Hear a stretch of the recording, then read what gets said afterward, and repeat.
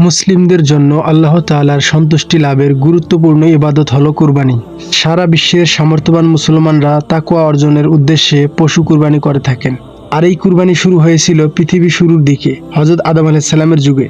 কেমন ছিল পৃথিবীর প্রথম কুরবানি চলুন জেনে নেই।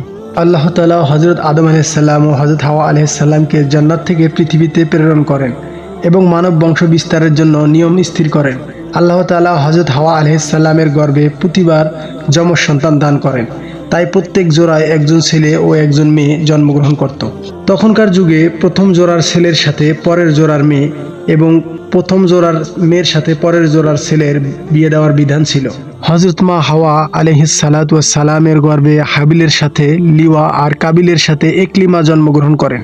আর তখনকার শরীয়তের বিধি অনুযায়ী একলিমা কাবিলের জন্য হারাম ছিল, তার জন্য হালাল ছিল লিওয়া। কিন্তু একলিমা অধিকতর সুন্দরী হওয়ায় কাবিল তাকেই বিয়ে করতে চাইল। হযরত আদম আলাইহিস সালাম নিষেধ করলে কাবিল বলল, এটা আপনার নিজস্ব অভিমত, আল্লাহ তাআলার হুকুম নয়।